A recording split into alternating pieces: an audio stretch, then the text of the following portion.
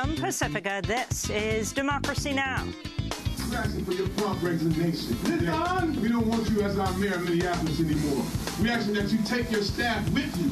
We don't want you to appoint anybody anymore. Your leadership has been very ineffective, and if you don't remove yourself, we're going to put somebody in place to remove you. Protesters shout down the mayor of Minneapolis following the recent fatal police shooting of an Australian woman who called 911. The Minneapolis police chief has resigned. Some protesters are now calling for the mayor to resign as well. Then we go to the crisis in Yemen. This cholera scandal is entirely man-made by the conflicting parties and those beyond Yemen's borders who are leading, supplying, fighting and perpetuating the fear and the fighting. An absolute shame on humanity. That's how the international aid organization CARE is describing the deepening humanitarian crisis in Yemen, where over 1,800 people have died of a massive cholera outbreak. We'll go to Sana'a, the capital of Yemen, for the latest. Then we look at how the Trump administration's looking at ways to withdraw from the landmark Iranian nuclear deal. All that and more coming up.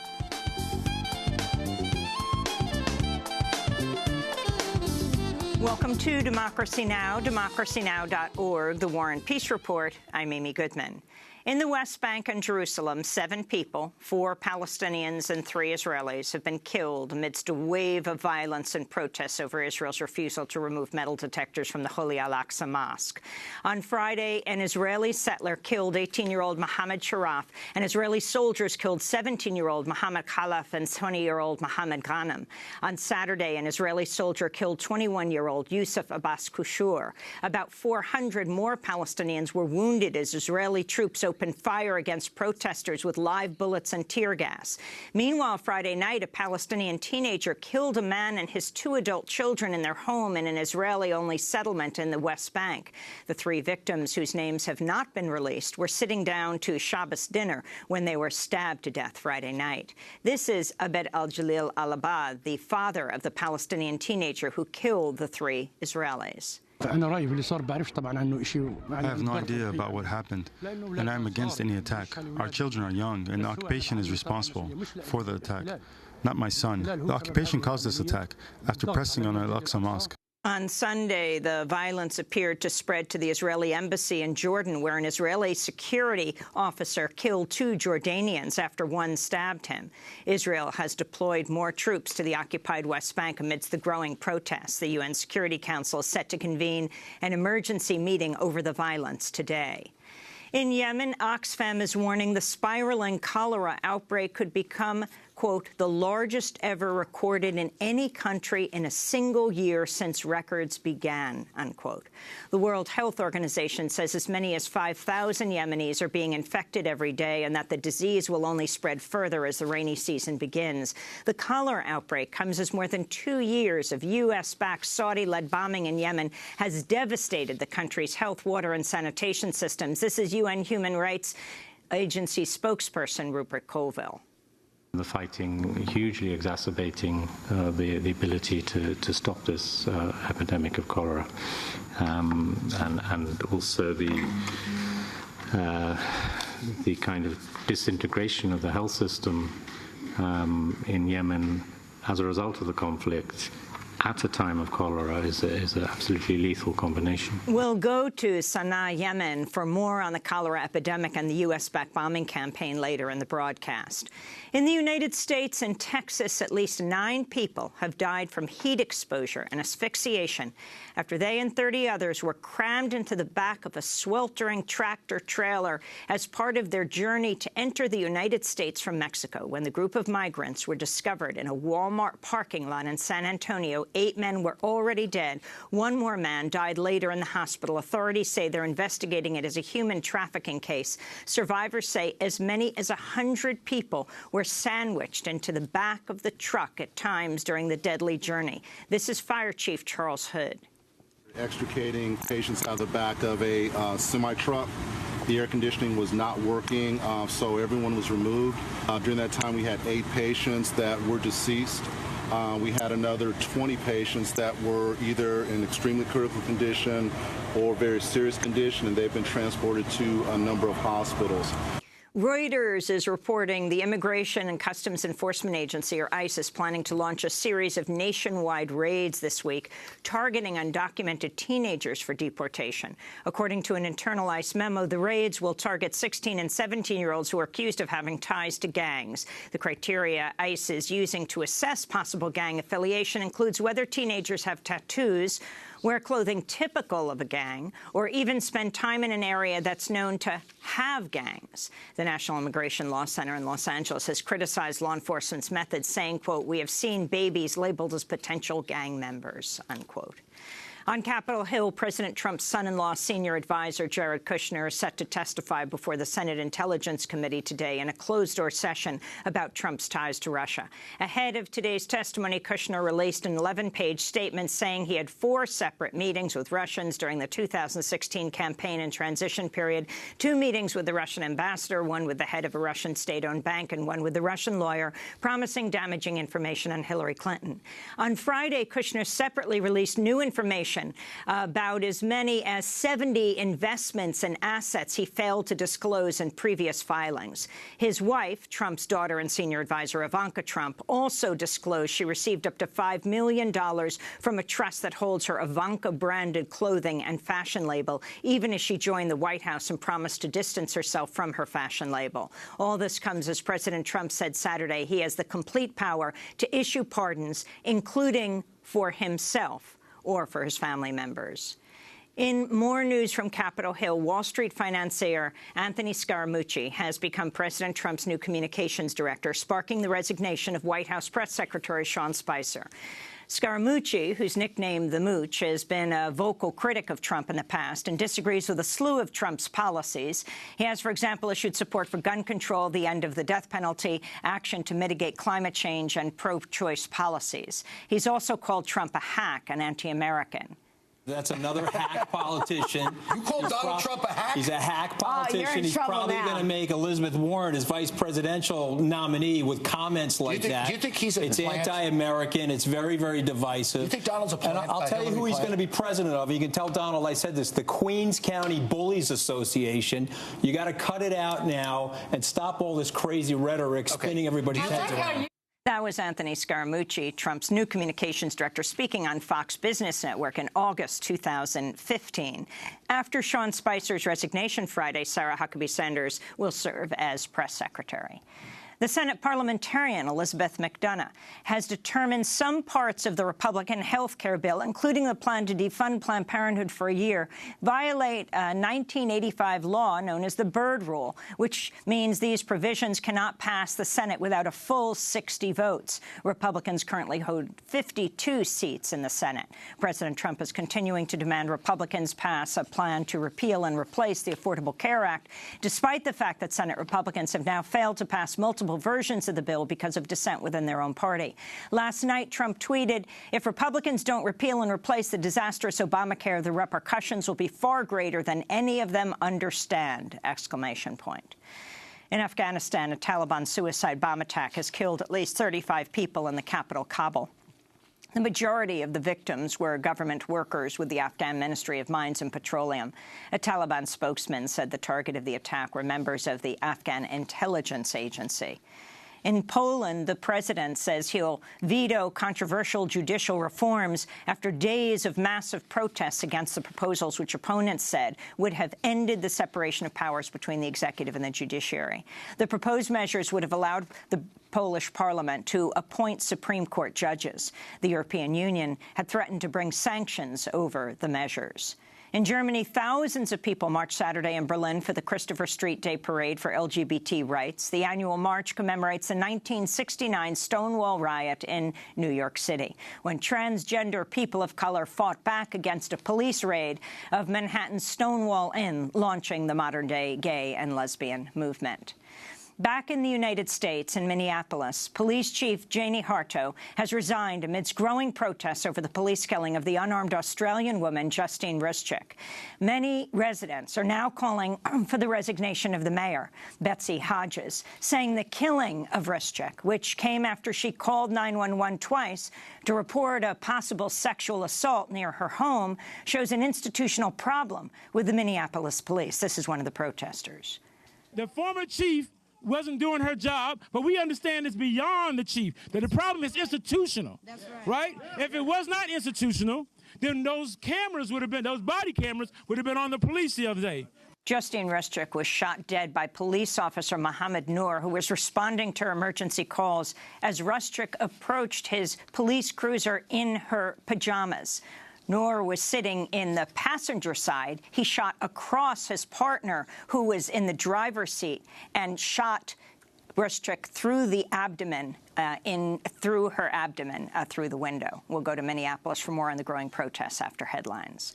In Tennessee, a judge is under fire after it was revealed he was offering to shorten prison sentences for people who agreed to get sterilized. In May, Judge Sam Benningfield issued an order saying any prisoners who agreed to undergo a vasectomy or receive long-term contraceptive implants would receive 30 days of credit off their sentences. The ACLU says the practice is unconstitutional, saying, quote, such a choice violates the fundamental constitutional right to reproductive autonomy and bodily integrity by interfering with the intimate decision of whether and when to have a child, imposing an intrusive medical procedure on individuals who are not in a position to reject it, the ACLU said.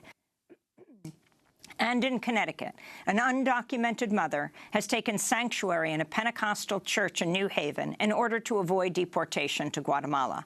Nuri Chavarria is the mother of 4 children who's been in the United States for almost a quarter of a century, for 24 years. She's been attending regular check-ins with ICE, Immigration Customs Enforcement, since 2011. But at her most recent check-in this spring, she was ordered to leave the country by July 20th. This is Nuri Chavarria and her daughter, Haley, speaking at a news conference outside the church Thursday. My mother, Nuri Chavarria, is someone I love more than anyone in the world. She's not a criminal. I was in shock. I can't believe it. I told him I'm not a criminal. I'm a mother. With 4 children. And those are some of the headlines. This is Democracy Now!, democracynow.org, The War and Peace Report. I'm Amy Goodman. And I'm Juan Gonzalez. Welcome to all of our listeners and viewers around the country and around the world. We begin today in Minneapolis, where fallout continues following the fatal police shooting of an unarmed Australian woman. Transcripts reveal 40-year-old resident Justine Russick called 911 twice to report a possible sexual assault outside her home a week ago, before she was shot dead by an officer responding to the emergency calls. The city's beleaguered police chief, Janie Hartsoe, resigned Friday at the request of the mayor amid growing calls by activists. This is Minneapolis Mayor Betsy Hodges. As far as we have come, Chief Hartsoe is not in a position to lead us further. And from the many conversations I've had with people around our city, especially this week, I note that some in Minneapolis have lost confidence in police leadership. For us to continue to transform policing and community trust in policing, both the chief and I concluded we need new leadership at MPD. In conversation with the chief today, she and I agreed that she would step aside to make way for new leadership. And I asked Chief Hartsoe for her resignation. She tendered it, and I have accepted it. According to the Minnesota Department of Public Safety, Officer Mohammed Noor was startled by a loud sound shortly before Russick approached his police cruiser. Noor, who was seated in the passenger seat, shot her through the open driver's side window of the vehicle. Noor has apologized to the family of Justine Russick, who often went by her fiancé's last name, Damon. Noor has declined to speak with investigators and has hired an attorney. The killing came just weeks after a suburban Twin Cities police officer, Geronimo Yanez, was acquitted on manslaughter charges of shooting African-American motorist Philando Castile in 2016. During the mayor's announcement, anti-police violence activists stormed the news conference demanding Hodges also step down. They said her leadership as mayor of Minneapolis was ineffective and that the Minneapolis Police Department had terrorized them enough. For your prompt resignation. Listen, we don't want you as our mayor of Minneapolis anymore. We're asking that you take your staff with you. Listen, we don't want you to appoint anybody anymore. Your leadership has been very ineffective, and if you don't remove yourself, we're going to put somebody in place to remove you. We do not want you as the mayor of Minneapolis ever again. We would like you to move out of our city. Your police department has terrorized us enough. The former chief wasn't doing her job, but we understand it's beyond the chief, that the problem is institutional. That's right. If it was not institutional, then those cameras would have been, those body cameras would have been on the police the other day. Officer Noor and his partner have been placed on administrative leave while the shooting is investigated. Noor is the first Somali-American officer in his precinct. For more, we're joined by two guests. Samantha Priest-Stinson is an organizer with the Twin Cities movement to end police killing and police brutality. She's a Green Party candidate for City Council in Minneapolis. And Phil Stinson, no relation, is a criminologist and associate professor at Criminal Justice Program at Bowling Green State University in Ohio. We welcome you both to Democracy Now! Samantha Priest-Stinson, can you start off by just explaining when this happened and what you understand took place? It is a very surprising story as this woman thinks she's hearing a rape outside. She calls the police, waits another couple of minutes. They don't come, calls again. When they come, it's like, what, 1:30 in the morning. She comes out in her pajamas to speak to the police, comes to the driver's side of the police cruiser, and she is immediately shot in the abdomen by Mohammed Noor, the police officer in the passenger seat, shooting across and in front of his police partner. This is apparently what has been said, because they had video cam on them, each officer, but they didn't turn it on. Can you take it from there and what has been the response and why we don't know more? Well, for one thing, we don't know more because there's no visual evidence, and as you stated, the officer has chosen not to speak and to execute his constitutional right not to.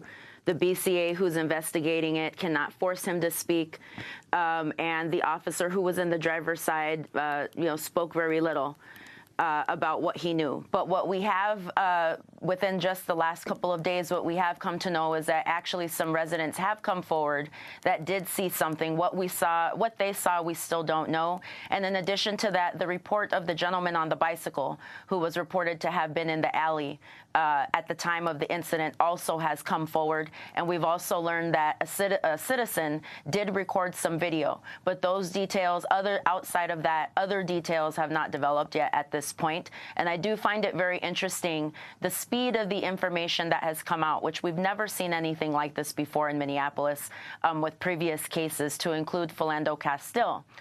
And now, all of a sudden, now that there is video that has surfaced and witnesses that have stepped forward, we've stopped hearing anything. So it's very interesting and telling, and it has residents very heightened.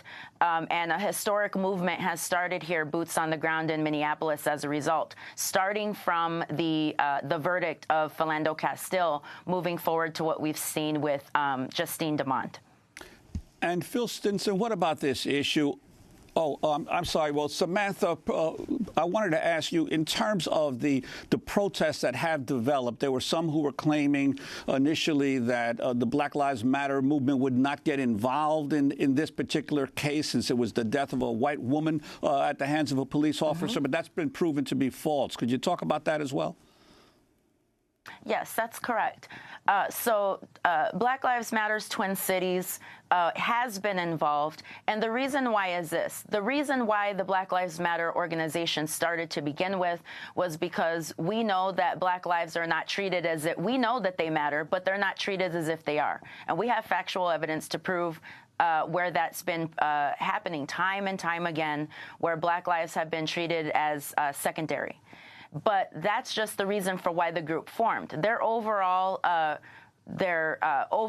reason for existing, as far as the work that they do, pertains to police injustice, as far as killings and brutality overall, regardless of the identity of the victims. So it made perfect sense for us, who have worked with the group and are familiar here locally and familiar with the work that they did, that they would get involved and that they did show up. So that wasn't surprising to me. But the other thing is that we have had an issue with reporting locally, which does feed in nationally as well, because with this movement, there are rallies that happen before the actual marches occur. And at these rallies, we have local speakers. Some are faith-based, some are with organizations, some are candidates that come together to bring the community get together so that everybody can have a chance to speak and share their voice and bring us together as a community and heal before we start these protests or these marches. So that's another piece that is usually never covered. And then the case of the recent one that occurred over this last Friday, when we got to City Hall, marching from the park to City Hall, we found that the doors were locked.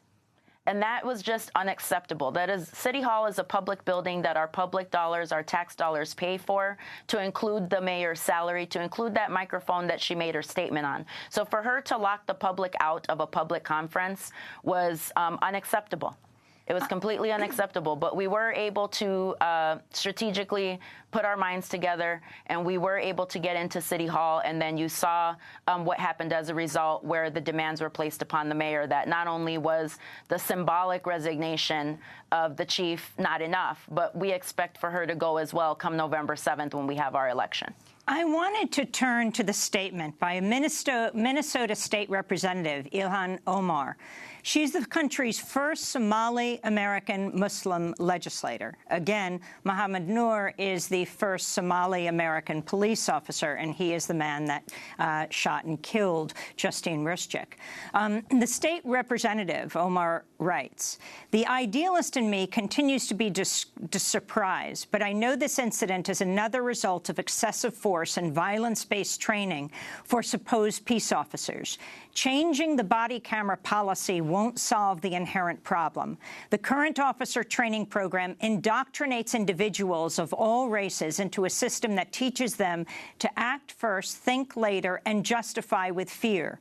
It's time we explore solutions beyond improved training and cameras to capture evidence. We need to look at a complete shift in the culture of the police department away from the use of lethal force and deadly weapons." That, again, is the commentary of the Minnesota State Representative Ilhan Omar, the country's first Somali-American elected state official. And I wanted to go back to our guest, Samantha Free Stinson, to ask your response to what she said.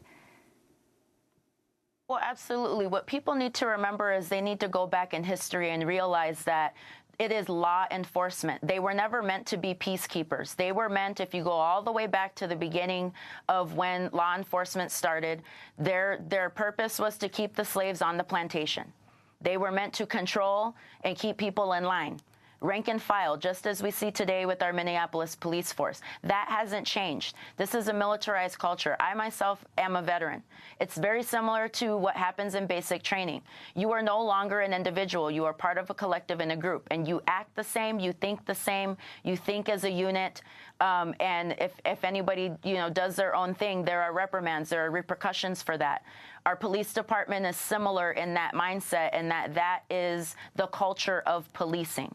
So simply changing the culture of policing, that is not even going to be good enough, because the existence and the reason for why we have law enforcement, again, is to keep people in line and to control people and to enforce the law. But the problem with that is that there is zero accountability. And even within the law, the way that it is written, the beginning of the law sounds just fine to make you believe that there is some accountability there. However, they have included the word fear. And fear is something that a body cam cannot capture. That is subjective. That is something that is personal, that you feel. So it's very hard to prove, regardless of what you see on a camera, that an officer didn't feel fear. So we have to start with changing the law. We have to change the entire way that we look at what our community needs. Do we need law enforcement in the way that it's been driven into our heads to believe that we need it? And the answer is no. So all answers need to be on the table. We need to have all voices at the table in this. This isn't about being left or right. This is about moving forward.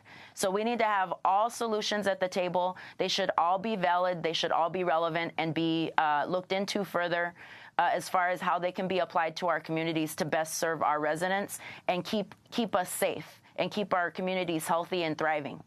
Samantha Stinson, I wanted to ask you about Mayor Hodges. She was elected 4 years ago at the head of a liberal progressive coalition. There were a lot of hopes for her mayoralty, but then she came under increasing attack from the police union as well. And then after the Philando Castile tragedy, she asked for a Justice Department investigation. What's gone wrong with Betsy Hodges? And as you mentioned, she's up for re-election in November.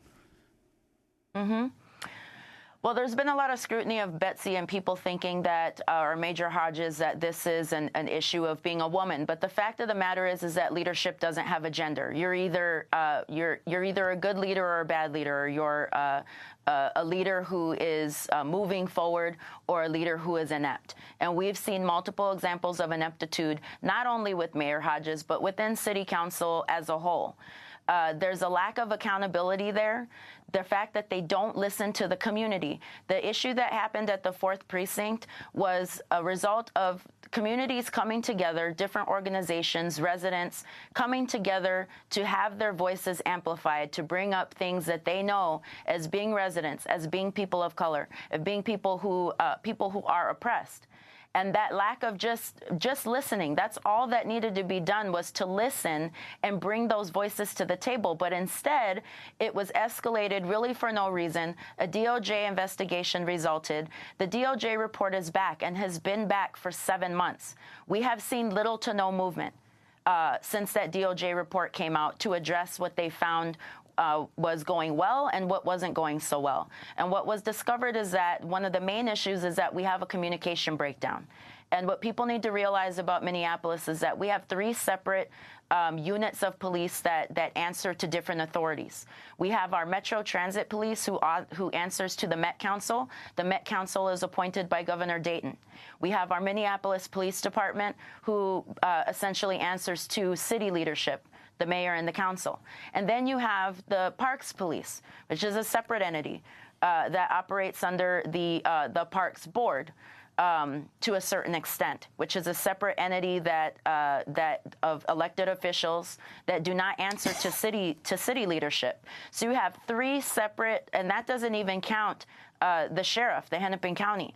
So you have 3 separate authorities that are not communicating. There's no intergovernmental communication. We have not seen any prioritization as far as what was seen in the DOJ report and listening to our communities, those of colors, and just in general, our residents in our community. And as a result, we see exactly what has happened. There's been more than enough opportunities for us to step up to the plate and acknowledge the fact that Minneapolis is the 3rd worst metro in this nation for people of color.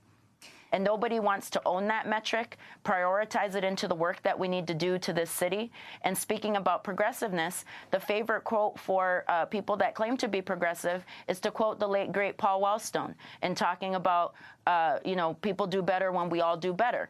Well, if that's the case, then we should definitely be prioritizing this diversity metric of being the 3rd worst metro, because if that is true, when we recognize that this is a true fact that we're the 3rd worst metro, and we prioritize it to change these needs for our city and actually invest in every corner of our city and not just the affluent ones, we will all be doing inherently better. So we have to stop with this symbolic changes, and we have to start not trimming the leaves off the plant, but we have to get to the root of it. We have to rip it out. We have to put in new seeds, and we have to cultivate it. And that starts with listening and with our communities and about setting real priorities about the race issues that we have in this city and the double standards such as we see with NOR. Samantha Stinson, we want to thank you for being with us, organizer with the Twin Cities Movement to End Police Killing and Police Brutality, Green Party candidate for the City Council in Minneapolis.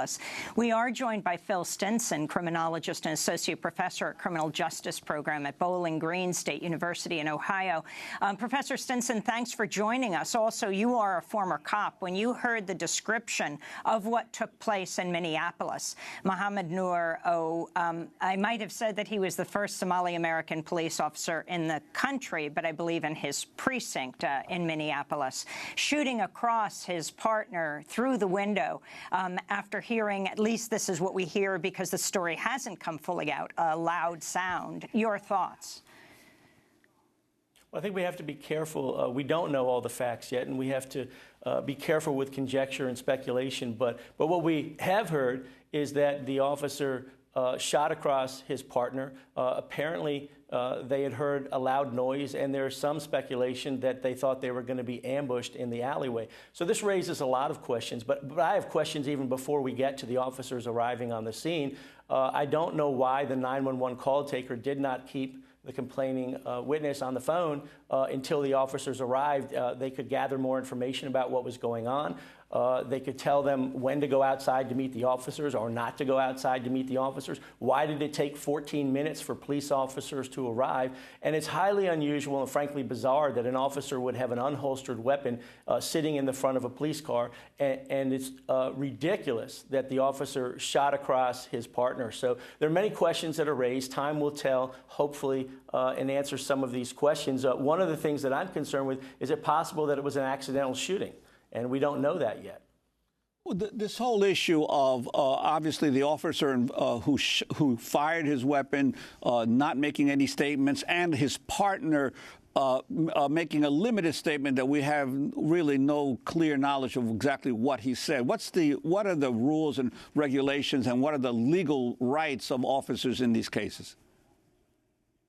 Well, if I were the officer's attorney, I would advise them not to give a statement, especially in the immediate aftermath of a shooting. So, they still have constitutional rights as police officers. There's a U.S. Supreme Court case from the 1960s, Garrity versus New Jersey, and every police officer in the country is familiar with that case. If an officer is required to make a statement after a shooting or in anything to do with their job, it cannot be used against them criminally if they're required to make the statement. So they cannot be forced. It's considered a coerced statement. So it's not unusual in my mind that the officers have not given statements at this time. It's unfortunate, and we have seen in a number of these cases, frankly, more than just a few, where the narratives that the officers give, either in written reports or verbally as they tell what happened, is inconsistent with the video evidence. So it is concerning that we don't have, apparently, video evidence in this instance to tell us exactly what happened. So this is interesting. A local TV station did a study, and they found in Minneapolis, where it's not automatic that the video camera goes on, but the police have to initiate it themselves, that the average amount of time these video cams are on are something like 5 hours a month. How unusual is this, Phil Stinson? Well, I don't think it's unusual at all at this time. Now, there's several things we have to keep in mind. The technology is still developing. It's still fairly new that police officers are wearing body-worn cameras in this country. Frankly, there are not best practices that have been promulgated by the Justice Department. So police departments across the country are left to their own devices to figure out what the policies should be. We have to consider a lot of logistical issues as well. It costs money to maintain the video recordings, the cloud recordings. How are we going to be able to keep all the recordings from all the video footage? How long are we going to be able to do that? But I do think there's a flawed policy, there's a flawed practice where you have officers who can decide when the camera should be turned on if they think there's going to be some sort of problem situation. At that point, they've waited too long. So there are some new cameras that are coming onto the market where the on-off switch is actually controlled by a supervisor, not the officers on the street. So in my view, officers on the street should have the body cameras rolling at all times. If they have dash cam videos, those should be recording on a loop as well. It's inexcusable that they're wearing body-worn cameras and they were not turned on. Now, Phil Stinson, you've been developing a database on police shootings nationwide. Could you talk about that database and what your preliminary findings are, and how big of a problem is police shootings in this country, say, compared to other nations? Well, one of the problems is we simply don't have good data going back too many years. The best estimate that I can give you is that over the last several years, on-duty police officers shoot and kill someone between 900 to 1,000 times each year. So 2 to 3 times a day in this country, someone is shot and killed. That's not even including the non-fatal shootings. And I've been tracking officers who were charged with murder or manslaughter resulting from on-duty shootings since the beginning of 2005. To date, only 83 officers during that time period have been charged with murder or manslaughter resulting from an on-duty shooting. Of those 80 officers, only 30 have actually been convicted of a crime. Now, one thing that's interesting that I just tabulated recently, in those 30 cases where an officer was convicted, having been charged with murder or manslaughter, sometimes they're convicted of a lesser offense, such as official misconduct or something of that sort. But in those 30 cases, 19 of them had a victim who was an African American. And I really don't know what to make of that yet. We don't have a lot of data. These cases are outliers, and we need a lot more data points, a lot more years of data, unfortunately. But I can say this. We do have a problem in this country. Far too many people are shot by police officers. Police officers are too quick to draw their weapons, and it's not getting any better. We want to thank you, Phil Stinson, for joining us, criminologist, associate professor at criminal justice program at Bowling Green State University in Ohio. He was speaking to us from Toledo. This is Democracy Now! When we come back, we go to Sana'a, Yemen, a catastrophic situation with an outbreak of cholera after the constant bombing of this country for 2 years of Yemen. This is Democracy Now! Back in a minute.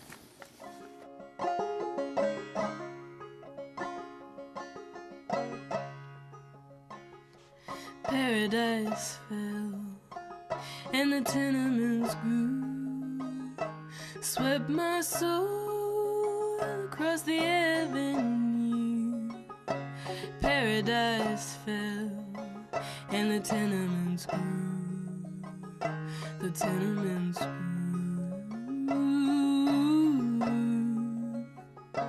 Paradise fell, and the tenements grew. The tenements grew. I'm a real live wire. I keep my suffering slow. You're a child of fire and the Holy Ghost. But we keep our hand close and we play it on out. We let it play it on.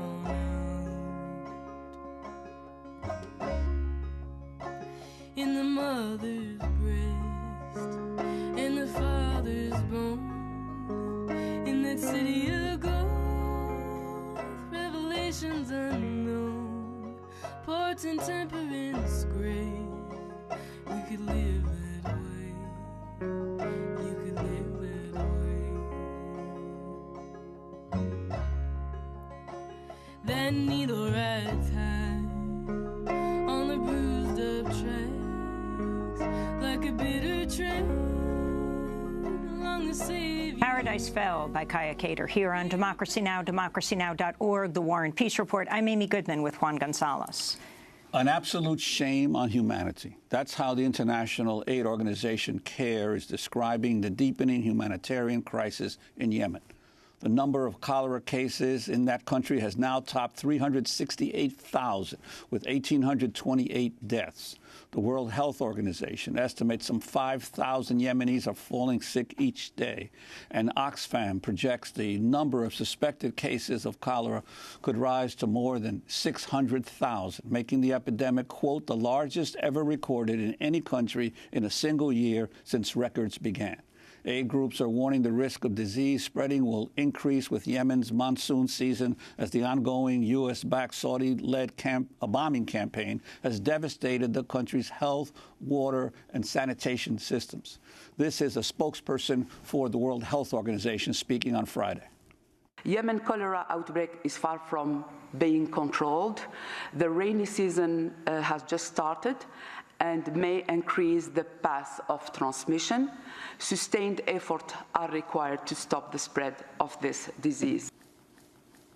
The cholera epidemic comes amidst a looming famine, with the United Nations warning 19 million of Yemen's 28 million people are in need of some form of aid. This is the UN Emergency Relief Coordinator, Stephen O'Brien, speaking Wednesday. 7 million people, including 2.3 million malnourished children, of whom 500,000 are severely malnourished, under the age of 5, are on the cusp of famine, vulnerable to disease and ultimately at risk of a slow and painful death. On Wednesday, the United Nations demanded media access to report on the humanitarian crisis in Yemen after the Saudi-led coalition blocked 3 foreign journalists from traveling on a UN aid flight to the capital, Sana'a. This is UN spokesperson Farhan Haq.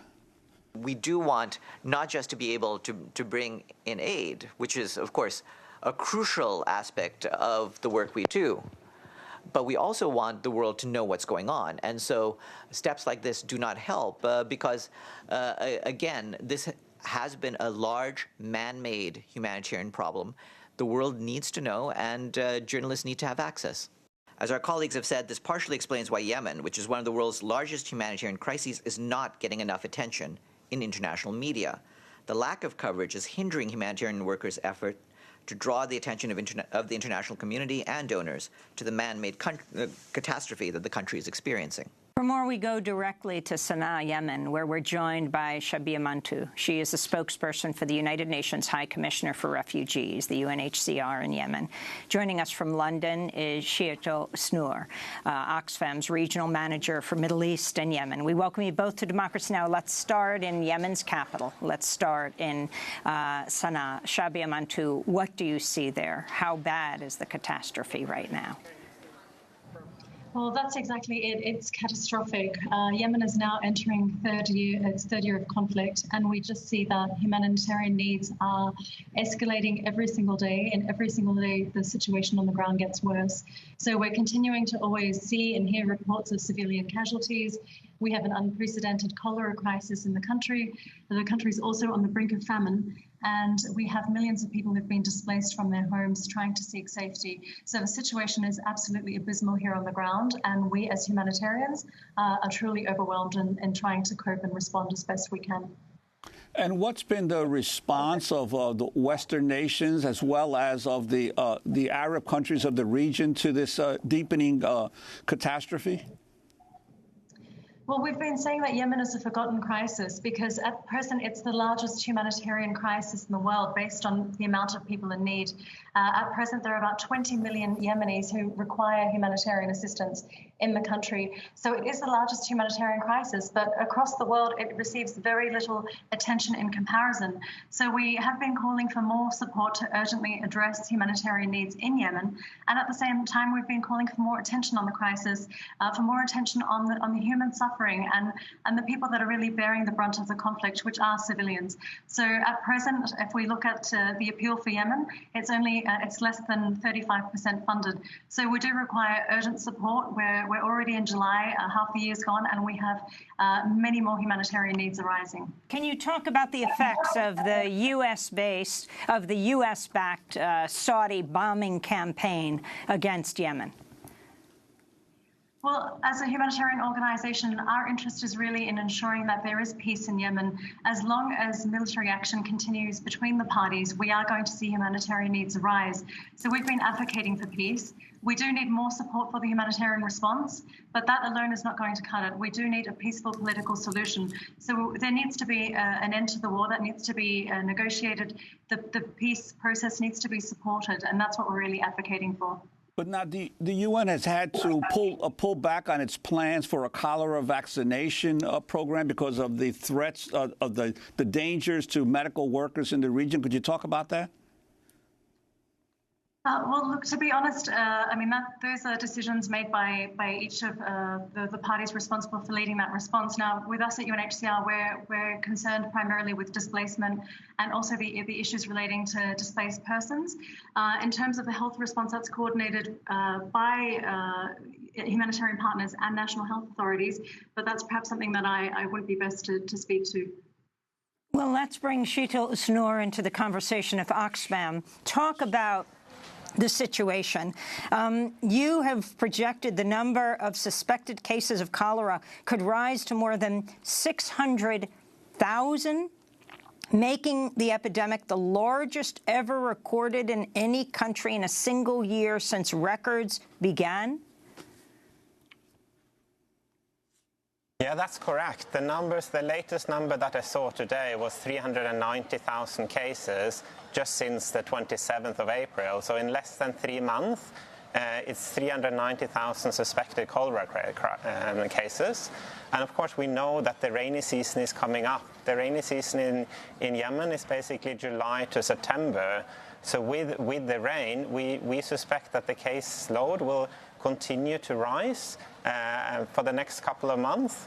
We've seen some indication of maybe the death slowing down, and we're happy for that. But we think the worst might not be over. We don't know.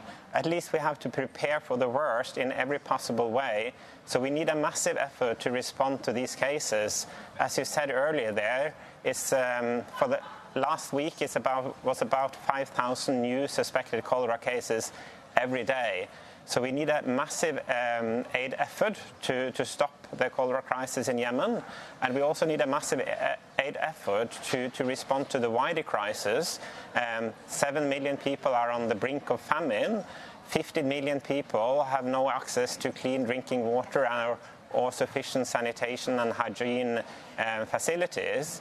And of course, as the latest speaker said, we need a ceasefire to be able to travel and access the whole country safely.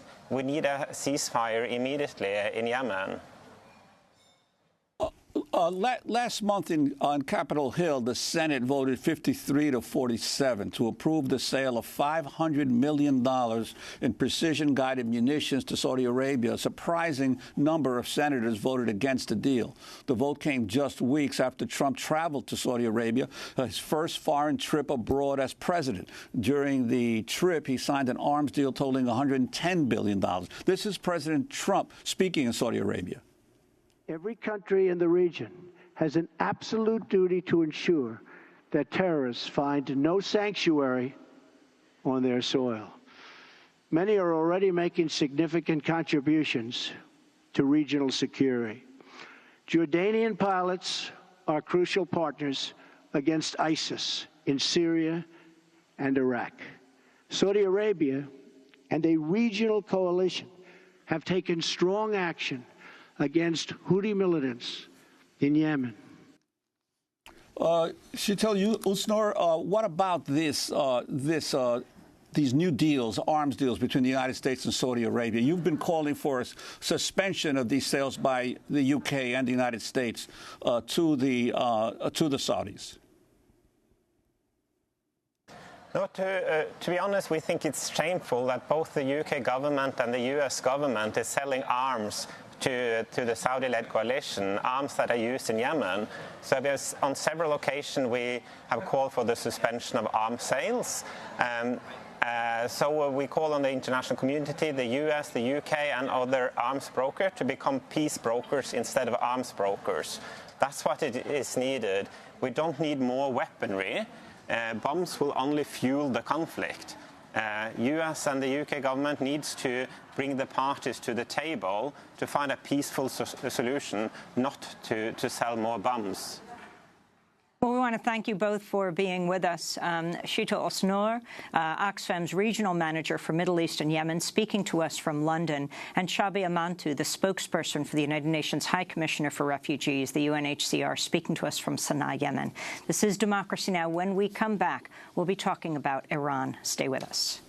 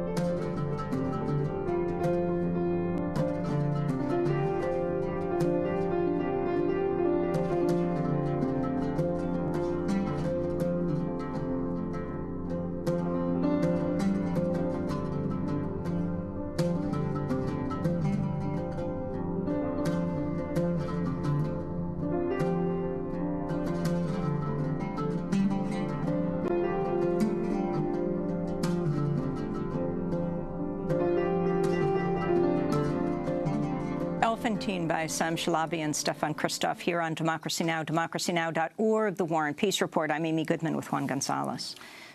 Well, the State Department has announced new sanctions against Iran over allegedly supporting terrorism and the country's ballistic missile program. The move will blacklist 18 people accused of having ties to Iran's military, freezing any of their U.S. assets. The new U.S. sanctions came just after the Trump administration begrudgingly certified that Iran has complied with its obligations under the Obama-brokered nuclear agreement. According to the magazine Foreign Policy, Trump has instructed a group of his trusted White House staffers to make the potential case for withholding certification of Iran at the next 90-day review of the nuclear deal. The move was made after President Trump reportedly had a contentious meeting with Secretary of State Rex Tillerson, who recertified Iran's compliance with the nuclear deal. As a presidential candidate, Donald Trump promised to rip up the Iran nuclear deal, calling it the worst deal ever. Well, for more, we're joined by Ervand Abrahamian. He is a retired professor of history at Baruch College, City University of New York, author of several books, including The Coup, 1953, The CIA, and the Roots of Modern U.S.-Iran Relations. We welcome you to Democracy Now! Start off by responding to what just happened last week. Trump certifying the deal and then saying he's increasing sanctions and now looking how to sanction Iran more. To borrow his own word, it's sad. Well, what it really is an incoherent policy. The idea, of course, before he was going to tear up the whole agreement, and he's discovered it's much more complicated than that. It's an agreement between Iran and not just the United States, but really the major economies of the world. And if the U.S. wants to say pull out or even add sanctions, what Iran will do is just go ahead with its own policy of trying to improve relations with Europe, and it already has good relations with China and Russia. So the net result, I think, will be the loss for large revenues for United States corporations, because once Iran begins to produce a lot of income from gas, it will sign contracts with the Europeans, the Chinese, Russians, and the U.S. corporations are going to be left out in the cold. And the significance of several members of his own administration pushing back on the president on his campaign promises around Iran? Yes, I mean, on both sides. I mean, there was hope, I guess, from the extreme right that he would really tear up the whole agreement. That's not going to work because now he's in there. He knows the agreement is actually a very good agreement for the United States as well as for Iran. But then there are others who are arguing, I think, that it would be better to have good relations, or at least normal relations, because there would be opening for U.S. businesses there. And what do you make of, and again, you know, we don't have original sources on this, but this conflict between Rex Tillerson, the former CEO of ExxonMobil, who is the Secretary of State and has had many dealings with Iran over the years, right, as CEO of ExxonMobil, versus Trump. Yeah, I'm sure he sees it from Exxon point of view that if Exxon isn't in the running, there are other companies like Total has already signed a major agreement.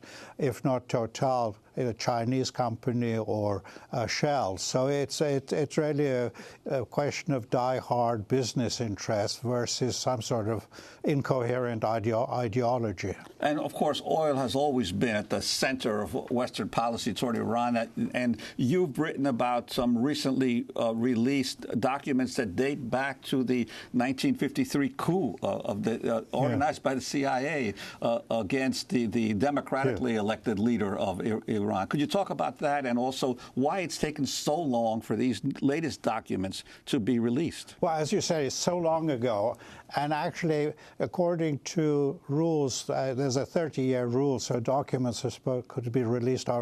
It's taken 3 decades up beyond that before the State Department released these. It's like pulling teeth out of someone.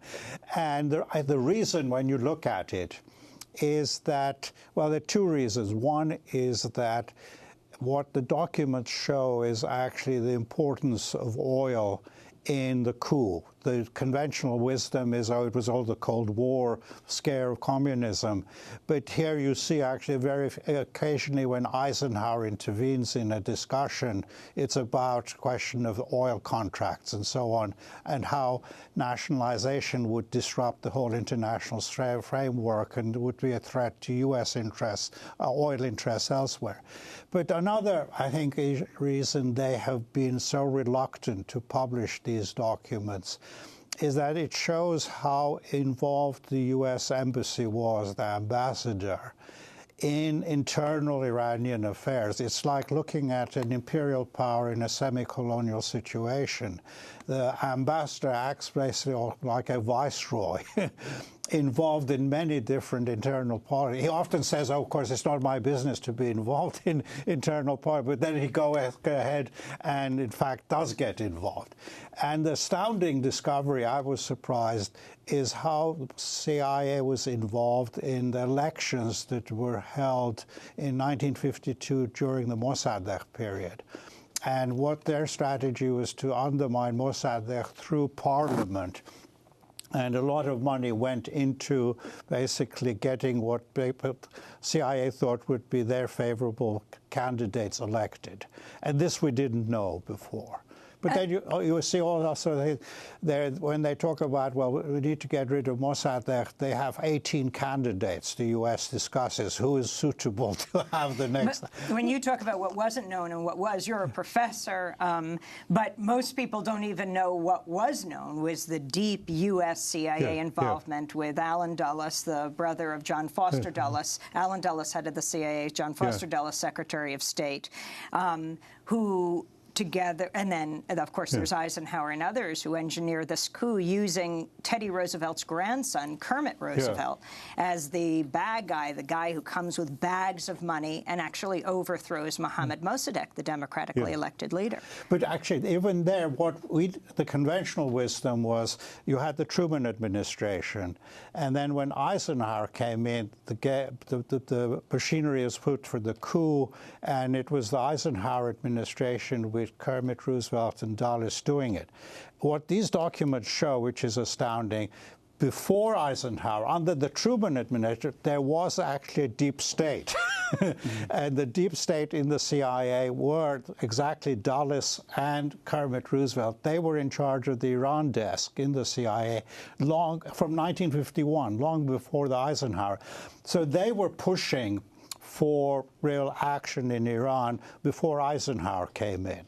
And they were working very closely with the British before the Eisenhower administration. And they tried to get Kermit Roosevelt to do the same thing the next year in 1954 in Guatemala. He refused, but they did it anyway and overthrew the democratically elected leader in Guatemala, Arbenz. So when we hear discussions today about Russia interfering with our elections, I think it's very important for people to understand U.S. history.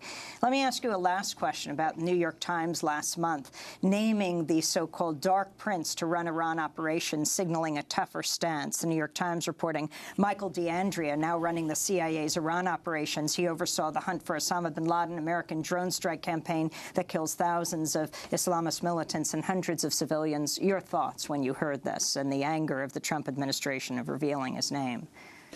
I don't know the politics of that, really. I think, again, they're very confused about what to do with Iran.